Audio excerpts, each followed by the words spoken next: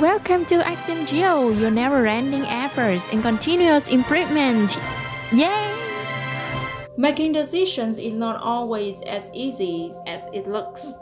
Then a quick solution comes to occupy a central place in our consciousness, involving the help from the outside, and it seems a lot easier to follow what had previously been chosen for us. Following others does you no harm, but in some circumstances, it may take you alive. Take the deadly Seoul Halloween Stampede as the case. Let's imagine yourself being stuck in the middle of the crowd. People are cramming together, head to head, and you have no space to escape. You are craving for fresh air, and in a moment, you allow a faint whiff of regret to creep into your mind. That the desire for conformity in the last resort is gradually leading you to hell?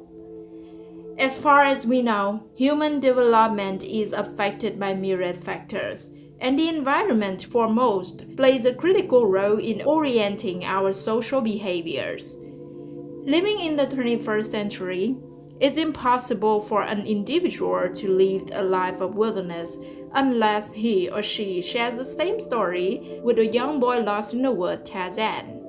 In the first few years of life, in the mind of an individual, there was no better option rather than seeing the world as how the adults around them see. The world perceived doesn't tally with the world in the root sense of its nature, and that there's a boundary between what have been known and what remain unknown. The boundary, furthermore, also marks a much more profound discrepancy between two major groups of people, which are the leaders and the followers. The number of followers is abundant, and it's not difficult to see that most people have the propensity to stay in orders set by the leaders. People's tendency to follow the crowd is thoroughly explained at the bandwagon effect. The bandwagon effect is a cognitive bias that causes people to think or act a certain way if they believe that others are doing the same. The sensation of the crowd is normally contagious, since we may find our own excitement rising in response to the enjoyable feelings the crowd spreads to us.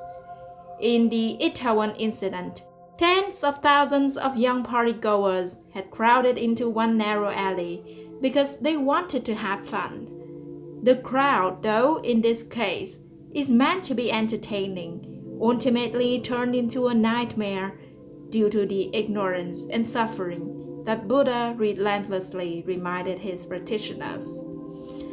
Although life is suffering, it still offers a great deal of opportunities whereby goals are set and knowledge is widened to push us further from the borderline we were set to reside. Decision-making is a skill obtained by continuous practices through understanding oneself and the ability to evaluate the situations. In other words, it's a skill everyone can achieve if they try hard enough. The process of practicing requires a very strict self-distance beforehand. Humans are used to living in social groups to help them meet the environmental challenges, and in some cases, that habit deprives them of their ability to decide for themselves. Following the crowd is what people do intuitively whenever they encounter the uncertainty, because they believe that an action done by many people is morally right and worth relying on. Thus, following others will gain them approval as a moral human in a moral society. However, morality is defined by social norms which vary in different social groups or cultures. What is right for an individual does not always correspond with a group, and here self-understanding plays its part.